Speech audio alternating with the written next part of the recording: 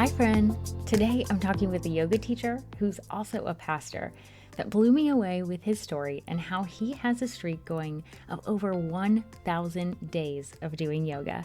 As soon as I heard this story, I knew I had to know more. So I got him on the podcast so I could ask him questions that immediately popped into my mind when I heard the phrase 1,000 days of yoga. And in this episode, he shares how setting micro goals will help you make the big changes in your business and in your life. So often we fall into this trap of setting a huge goal and then getting overwhelmed in the details. But in this episode, John shares some great tips to make it all doable. But before we dive in, I want to share a listener shout out. Jennifer says, "You need Amanda in your life." Amanda is extremely supportive and knowledgeable about marketing. She has the best compassionate attitude and works with you in an authentic way. Never excuses and tremendous support. You need her in your life. Thank you so much, Jennifer. I love these incredible words, and I'm thrilled to hear that I deliver a message in a way that's helpful for you and that you feel supported. It can be so scary marketing yourself as a yoga teacher, and I'm glad that you feel supported in this particular part of your journey. And I would love for you, yes, you listening to this podcast episode right now, to be my next listener shout out. So if you haven't yet, I want you to show me some love on whatever podcast platform you listen to, hit the subscribe button and leave me a review. That helps so much. I'm able to recognize what you resonate with and keep on creating that content. So thank you so much, and I look forward to sharing your words next time. And speaking of this podcast, welcome to the Marketing Yoga with Confidence podcast. I'm your host, Amanda McKinney. And if we haven't had the absolute pleasure of meeting, I'm a marketing coach for yoga teachers who absolutely loves providing boiled down explanations for marketing tactics so you can take just one thing at a time and run with it. I like for any yoga teacher to focus on just one thing at a time and feel so much encouragement while you're doing it. So that's why I'm here for you, and I'm thrilled that you're listening today. So let's jump right in and hear from my friend, John Arnold. Thank you, John, for being here today. Absolutely. I'm excited. Yes, me too. So tell me a little bit about how you got started in your yoga journey, but also all the other components of what you do, because you do so many things. Okay. I'm actually kind of a dinosaur of yoga in that the first time I stepped on a mat and did a sun salutation was in the late 70s. I was like probably about 8th or 9th grade, and I was standing in front of my black and white TV watching Lilius Yoga and You on PBS.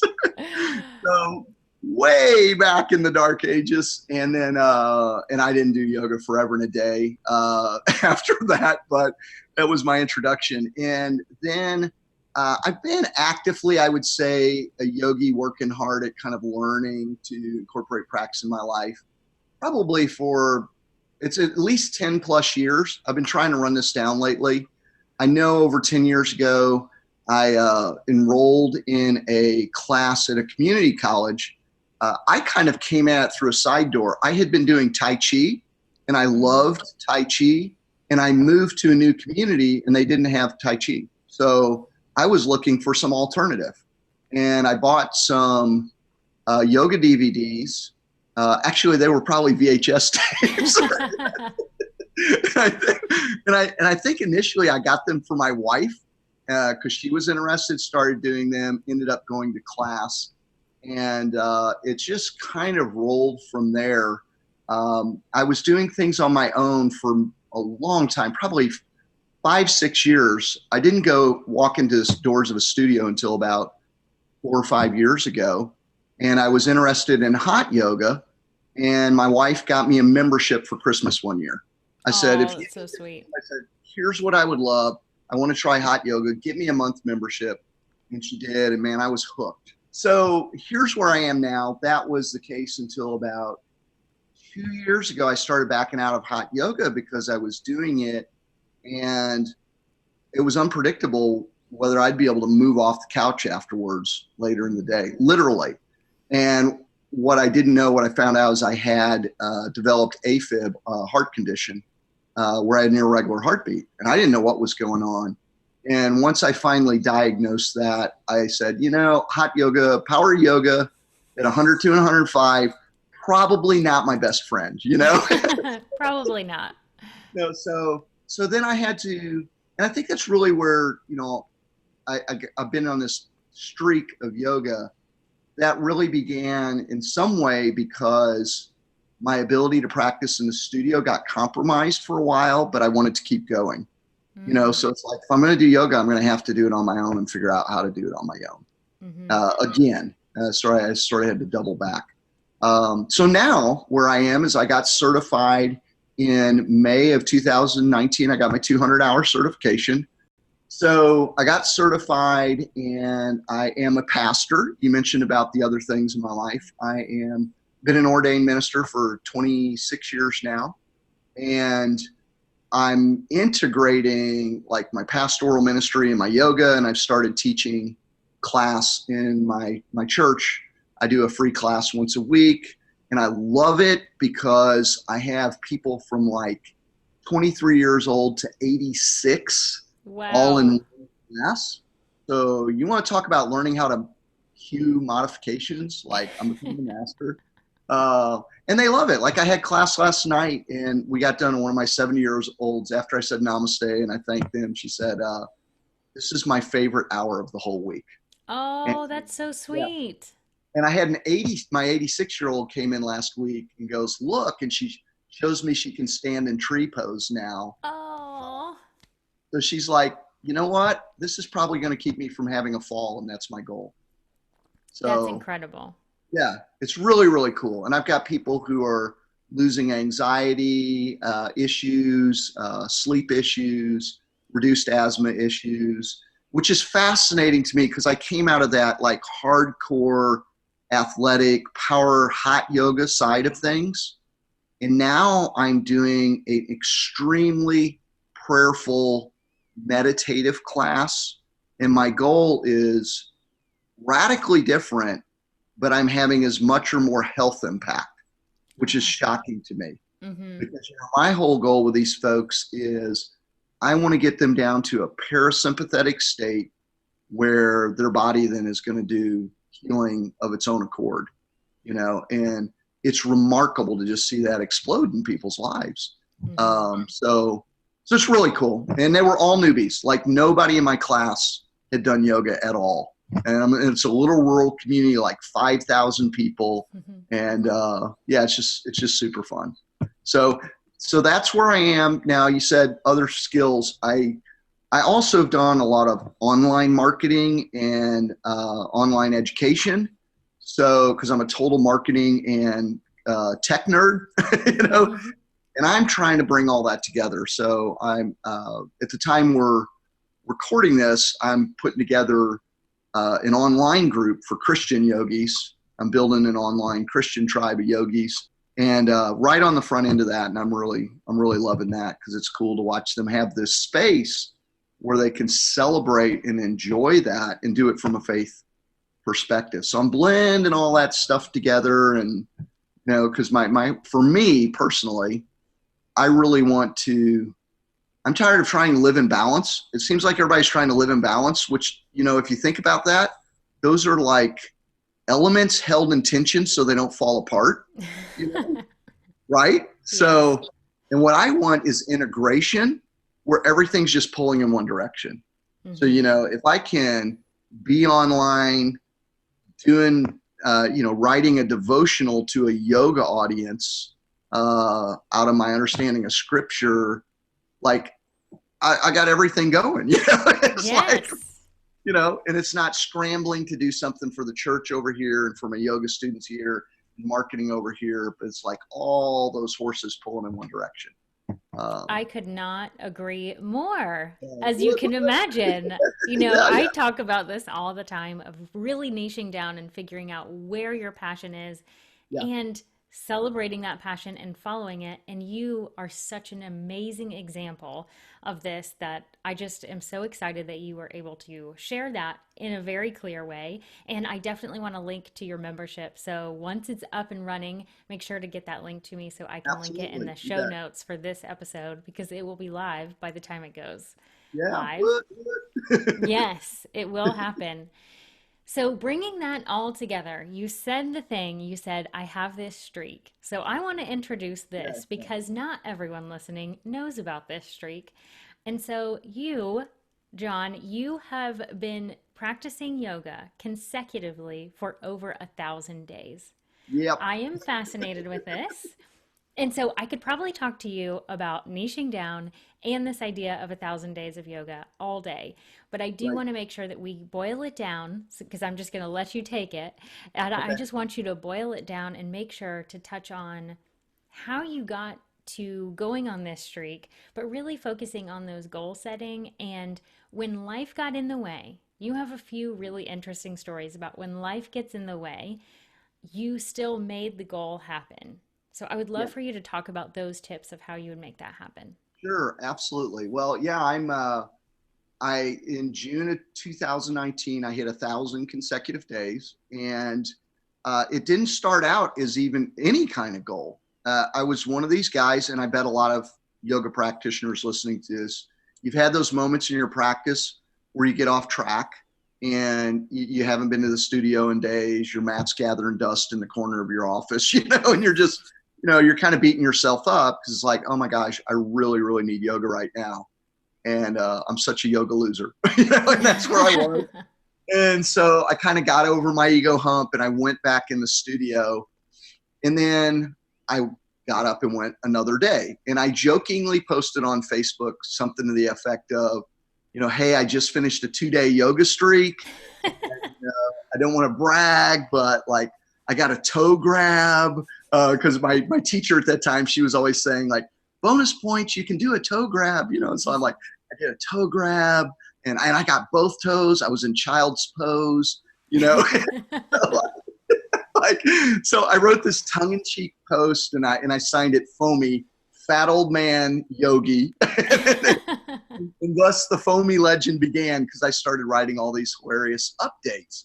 And so I did 2 days, and about day 3 or 4, I was standing in a parking lot down at church talking to a friend of mine. He goes, you've done 3 or 4 days. Why don't you just see if you can go a week every day? I'm like, yeah, okay, sure. So I did a week, and it became, well, what about 10 days? And then, I really didn't even start out with a goal. I kind of bumbled my way. I started out with no goal, but rapidly what happened was I did start creating mini goals really, really quickly. 2 or 3 days in, it became that week, 10 days. And I think that's really key for anybody else. I don't care whether you're talking about marketing goals or you're talking about yoga, health, fitness, fun with your family, whatever. A big mistake I see a lot of people do is they get inspired and they come running out of the gate, like New Year's resolution, classic example. I'm doing yoga every day this year or whatever. And they flame out in moments. And I just, grabbing like some kind of small goal, because I think I put an email you to the other day, like as simple as it is, a streak begins with the next day. Like it begins and ends with whatever the next day is. And that's it, like one more day. So it started out really simply. And, but in the process, strategies emerged that I kind of knew from already having done a lot of goal setting and teaching goal setting, that I stumbled my way. That I think I'll break it down to just about 3 or 4 things. If you're starting out, I think one of the biggest mistakes I see people, I don't care whether it's a marketing goal or a practice goal, health goal, whatever it may be, is they're just so darn vague.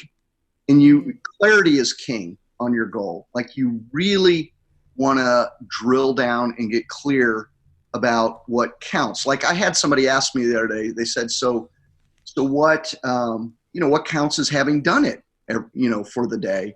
And I could just, without even thinking, say it's 30 minutes of either pose or breath work or some combination.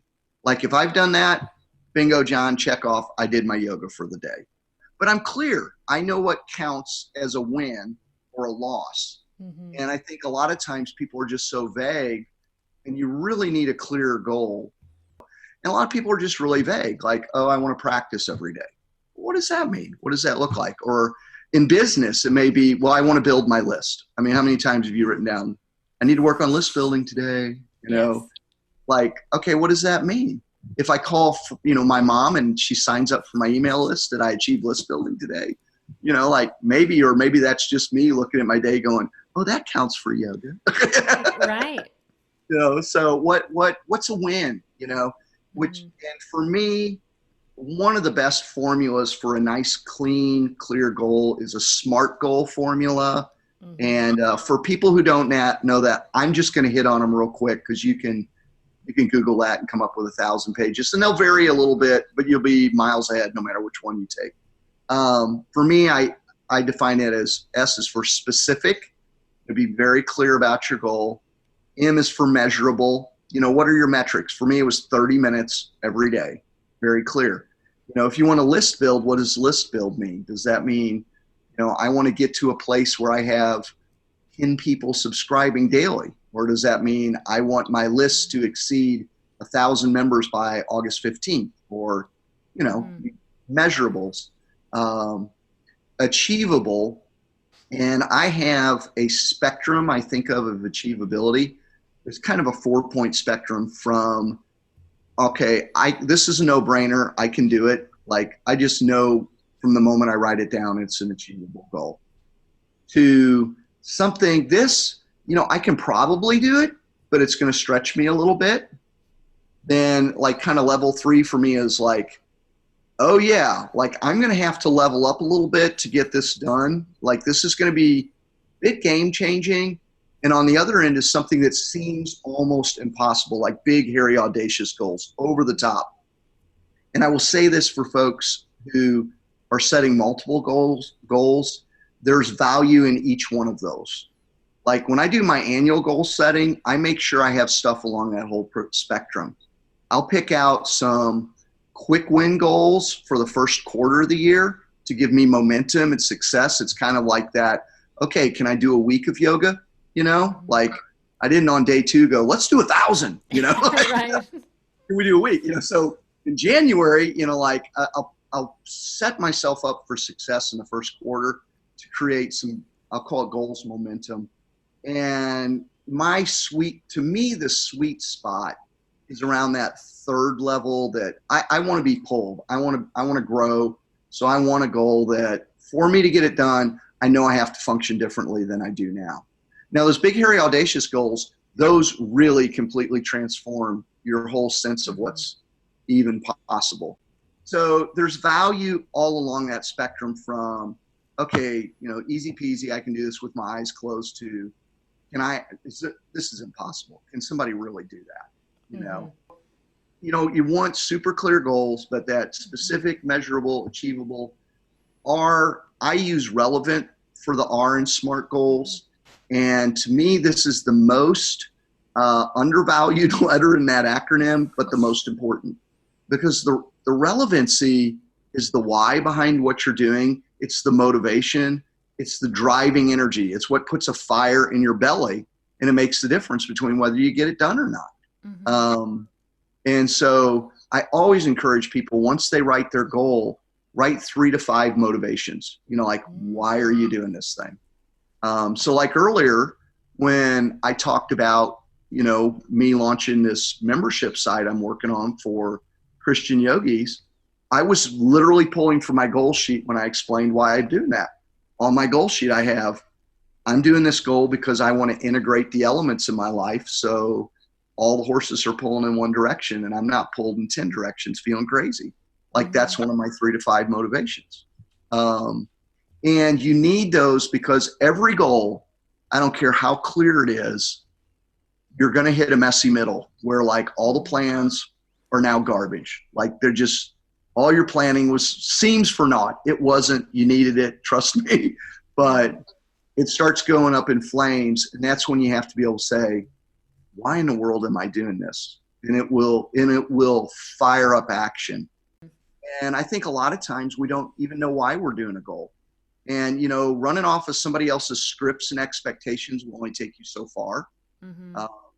So you really got to know, that relevance to me is the most important thing. And that last one, T, time bound, that, it's pretty obvious. Most people see that and go, okay, I need a deadline, but I'll throw in two tidbits where I think people miss the boat. Yes, you definitely need a deadline. Like, this is when I'll complete my goal. The missing X factor on time bound that a lot of people don't have is a start date. Like, literally, many goals don't happen simply because they keep planning, but they never set a date for when they're going to pull the trigger to start. Like, yes. so like, I would set my annual goals, and guess what? The deadline for all of them was, what date would you guess? December 31st. What was the start timeline? Anything in the 364 days before that. So when I started putting start dates on stuff, it changed everything. So, number one thing, get clear in that goal, use that, specific, measurable, achievable, relevant, timed. And the sweet spot for me on the measurable, and this is actually something you don't know it, Amanda, but I learned it from you via Shannon Crow. Okay. In a group we were in, one of you, and I think it was her, said, Amanda taught me to have a good, better, and best. Mm-hmm. Well, I have changed up recently. I went through my goals and I added to my measurability good, better, and best. Oh, yay. I love that method. I wish I could take full credit for it, but I cannot. I definitely learned it from someone else, but it is so good because you get to celebrate the wins along the way, and it just is more, it's more achievable. It gives you different celebrations, and it just breaks that up instead of having this big number of whatever it is. Right. And you've got to climb. I don't know about you, but my better is actually my target. Mm-hmm. That's my target in my good, better, and best. Like, if I didn't have a good, better, and best, better would be the metric. All right. Yeah. And because my good is my sort of like, okay, if I don't make it, but if I do at least this, I'll count it as a win and I can live with it. Like, I'm not going to write home to mom about it, but I can live with it and I can go, you did it. That's my good. My better is what I'm really hoping for and all my energies around. And my best is like, okay, if I hit that sucker, like, I'm going on full, like, John Belushi and Blues Brothers doing back church, like, yes. I'm like, what, yes. Have a parade. This was like something I just, high in the sky, awesome, probably could get it, but so yeah, good, better, best. I do that in my measurability now because of you. Yay! I love it. So moving on. So, SMART goal, getting really clear. One of the things that I see people fail to do all the time is once you have that SMART goal, is getting your work down to, and I'm going to borrow a friend's term, a micro action level. And micro action is a term coined by a woman named Allison Lewis, good friend of mine I work with. She's a time management expert. And a micro action is something you can get done in, we use the time frame of 20 minutes or less. And we use 20 minutes or less because that's about where we max out on attention span. Most of us, our average attention span's way lower than that. Like, you get people up to about 20 minutes of sustained attention, and it's just really hard for them to go beyond that. So that's a rough checkpoint, but 20 minutes or less, and it's a discrete action, and you can check it off. So here's where that's really critical, and why it's imperative somebody gets their goal down to a micro level action. I'll use an example from ministry. My wife and I are both ordained ministers. I don't know that you knew that. I didn't. But yeah, she's an ordained pastor too. And I was talking to her about sermon work. And so, every Monday she's going in an office and write on her to-do list, work on sermon. Have you ever put on your marketing list, work on list building? All right. Yes. General activity, work on list building, work on free lead magnet, work on, okay, but that's just a general activity. That's not actually a task, right. is it? No. It's a project. Yeah. It's an honest, good, but you're putting a project down like it's a task on your to-do list. Mm-hmm. And here's what happens mentally to people when they do it. It's so life depleting. Okay, so she puts down work on sermon, and let's say she spends 2.5 hours of her day working on it, but she doesn't have the sermon done. She comes in Tuesday morning. What does she put on to-do list? Yeah. Work on sermon. Work on sermon, or work on list, or work on lead magnet, right? And she may pour herself in again and again and again, and she gets to Sunday, and that sermon's really not done. Confessions of a Pastor, not done till Sunday morning. But and then she comes back in on Monday morning. What she put on to-do list? Work on sermon, right? Mm-hmm. Okay, that's really life depleting, because there's never a dopamine shot. Because you never actually get to check anything off your list. Mm-hmm. Or even if you do, it feels a little bit fake. You feel a little bit fraudulent because you're still not done, Mm-hmm. So I said, here's what you need to do, which is a dangerous thing for a husband to say to his wife, from a time management perspective. Instead you go in and you say, okay, I'm going to pick on my to-do list. I'm going to put text, pick my text, select my topic, and come up with a title. Mm-hmm. Okay. All 3 actionable things, all things that can be done in a discrete amount of time. Mm-hmm. And if she goes in and she checks all 3 of those off, you now have closed that loop. You get your dopamine, you done good, attaboy, pat on the back. And you go in and you have a different task the next day on the list. So, if you're list building, it might be, let's say you're working on a free lead magnet. It might be, okay, pick my topic and draft 25 possible titles, Mm-hmm. And that's your to-do for that day. And by golly, you can check it off, and and these are magic words, what is enough. Mm-hmm. Because what kills us is never feeling like we did enough. And if you have on your list for your goal, work on goal until the goal's done, it's never enough, is it? Right. And that just kills you. It just beats you up. Mm-hmm. But if you say, do step 2 and 3, and that's what's on your to-do list, and even if you don't check them off, you know exactly what you need to do the next day, and Mm-hmm. it's not overwhelming. Right. Like work on launch. Oh my gosh, don't even get me started. Like I just about fell out of heart rhythm again just saying that. Right. Exactly. Exactly. One thing, But I don't know if you do this, but one thing that I have found, and I use Asana, the online task management or project management system. And in my task, what I just naturally started doing, but I tweaked it a little recently, is I start all of my tasks with an action word. Write yes. next week's Yeah. email. So I know Yep. writing it. Now I have a lot of tasks each day because everything That's is fine. so tiny where it's Right. write the email, schedule the email, like all the Yeah, a things. micro action may be 30 seconds. It Mm-hmm. may be make a phone call. So Right. you don't have 100 tasks, but I would rather check off 100 tasks than put on my page every day, work on launch, Yes. never get to check it. Mm-hmm. Yes. Never. So you get that SMART goal, get clarity at the beginning, and then once you know where you're going, break that sucker down to a micro actual level. That's where a lot of people get lost in the weeds. And I think the last piece I want to throw out here to keep this simple is that you got to set up recurring systems for taking action. Too often what we do with our goals is they're kind of back burner ideas. Like, we know they're there, but we do everything else. And then if there's time left over, Right. we'll spend it on the goal. And, that's so messed up. So many levels. Just, no, prioritization happens before you make your list. Like we tend to make a list and then try to shove our priorities into it. No, you figure out your priorities, you make your goal high, then you make your list. Mm-hmm. And you need recurring systems. Here's what I mean by recurring systems. Now I'll share one that is, like, to me, the silver bullet that I found in the last couple of years. But before I get to that one, on a daily basis, I journal every day.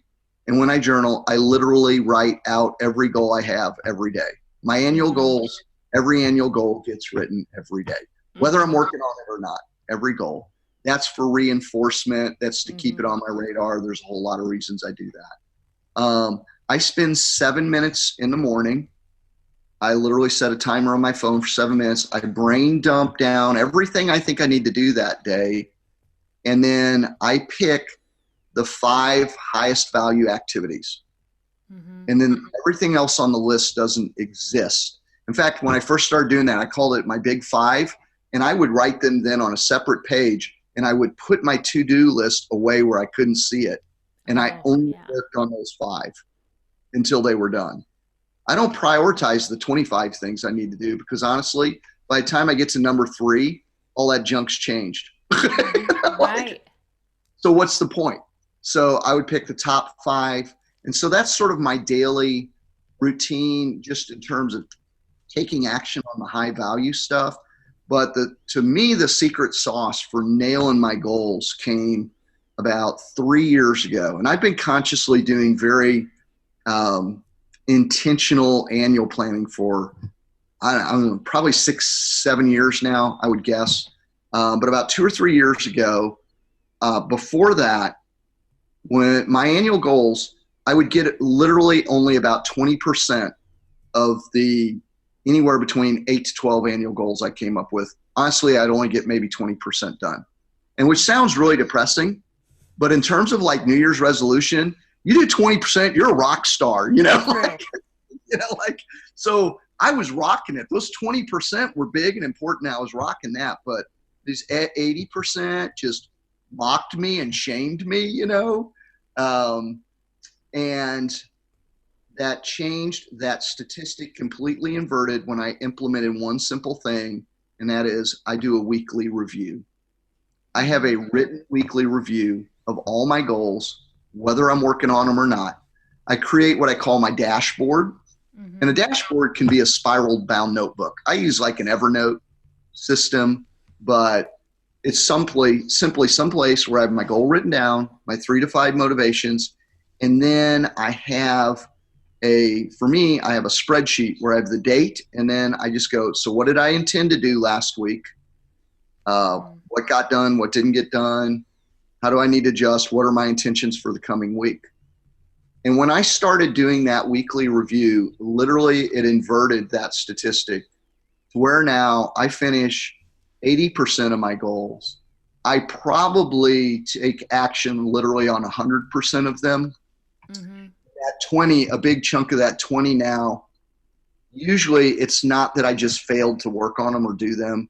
Usually something's happened where I have by design said, okay, I'm going to bail on this goal, or I'm going to change it, or, Mm-hmm. whereas before I was just failing to get them done. Maybe not even get started on them. Mm-hmm. So that weekly review, like I cannot emphasize that thing enough, and having it written. And then this is a new learning for me. One little secret sauce in that thing is when you put those intentions for the week, before I do anything else, I schedule when I'll actually do those intentions for the week. Mm-hmm. Because what gets scheduled gets done. If it's not scheduled, it's just it's a wish. it's kind of a Yes. it's kind of a hopeful idea. Like this is what I should probably do this week. But when I schedule it, it gets real. So any of my intentions around my goals, I schedule those during that weekly review. And guess what? They're holding space for me then before I'm ever doing those to-do lists for the day. Like they're already there. I've boxed them off like a doctor's appointment, Mm-hmm. like not going to violate them. And that changed everything for me. That's So I great. think, yeah. And I guess the very last thing called a bonus, I gave you 3, but call this, Mm-hmm. and I'll use a yoga principle here. You were talking about when life gets in the way, like all this stuff really helps you nail it down to where your goals are routine and taking actions on it are routine. But no matter how much these systems are great, stuff is going to happen. And for me, I long ago heard a story. This Olympic athlete was talking about interviewing other Olympic athletes. And one question he asked every athlete was, So what was your pain strategy? Okay. He asked that question because he was a gold medalist. And he knew when he was interviewing other gold medalists, you do not get a goal without knowing how you're going to deal with pain, because pain's inevitable, right?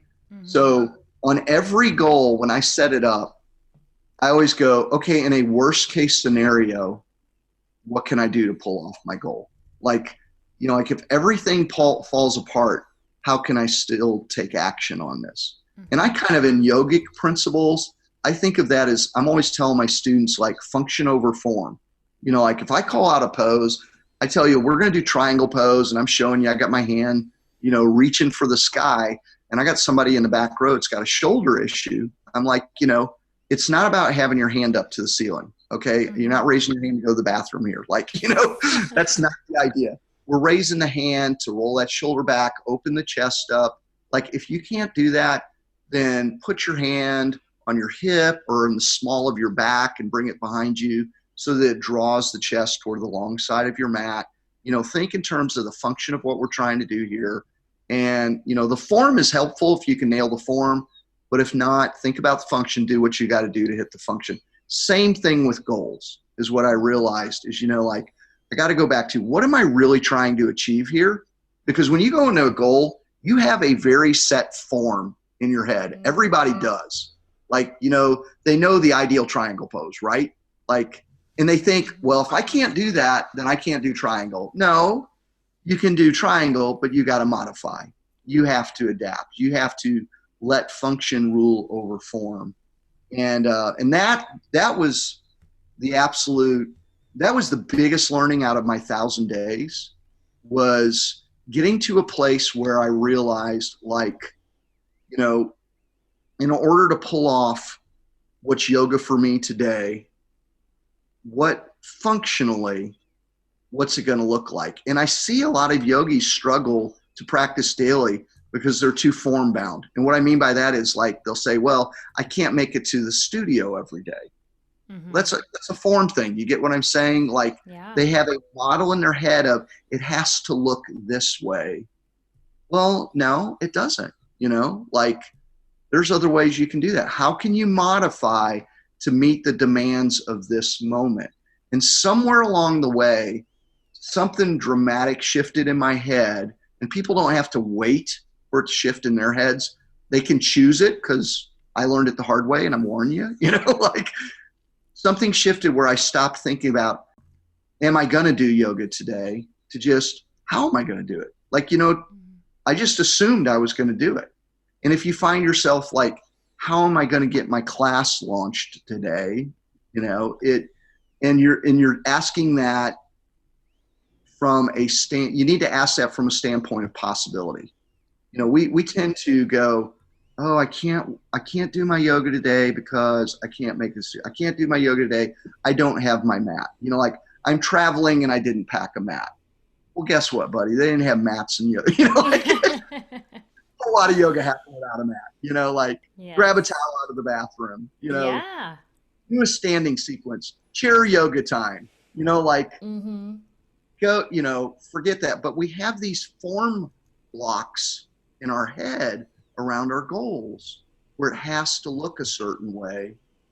And if you are begging off on action because it's got to be a certain way, you're probably just coming up with an excuse. Yes. Honestly. I see that a lot, for sure. Of course, I'm a marketing coach, so I get that resistance a lot. And it's, well, Amanda, I can't do this or that or whatever. And I'll say, yes, you can. Perfect isn't done. We want done. Right. So what, and you just look at them and say, so what can you do? Really? Okay, you can do that. That was your hope. That was your expectation. And if that's off the table, that doesn't mean you can't do anything. So what can you do? And, so for like in that 1,000 days, I practiced yoga on a plane over the Atlantic on the way to Italy. Like, I'm standing against a bulkhead between the bathroom aisles doing a standing sequence. It's really funny. Some guy comes to use the bathroom and he sees me and he's like, you know what that looks like? I think I need to stretch. And so now they're great. on the plane over the Atlantic on the way to Italy, doing yoga. That's great. Yeah. So you just gotta, you gotta get creative. Mm-hmm. Um, and it's just, turn to other people. And it's like, cause you'll be lost in the weeds. And Mm-hmm. that's where I think, like turn to your buddies in yoga or whatever, go, man, I don't know what I'm going to do. And usually they'll go like, why don't you do this? And it's Yeah. so idiotically simple, Right. like that form over function. I can't harp on it enough, and That's I could tell great. you other things, but we probably need to wrap this up. I know. Well, I am definitely going to link in the show notes to several of your Facebook posts because you have the most hilarious post about these 1,000 days that you have just been going down, 1,000, way past 1,000 now. Yeah, But yeah. I'm going to link to those because those I think are even better examples than we could rattle off because they're your Okay. words in the moment of Yeah, on the plane, in the hospital room, all of yeah. these different things. And if you can figure it out, like in Mhm. my mind, if you can do 30 minutes of yoga after having a heart surgery, Yeah. I can figure out how to list build, right? Like Yeah. I can And that's figure it why I out. share that example because it's like, you know what? There are no excuses. I mean, that was my whole point of that. I'm like, I am not an Instagram model, like I am not this guy can do 1,000 days. I'm a 50 plus year old male built like a Teletubby. If I can do 1,000 days of yoga, like anybody can do it. And if I can do it when I have heart surgery, anybody can do it. You can do this. Don't let there be any excuses. Mm-hmm. There are literally no excuses for not, like for yoga at least, not getting your yoga done because there's always it's just a matter of what yoga you need.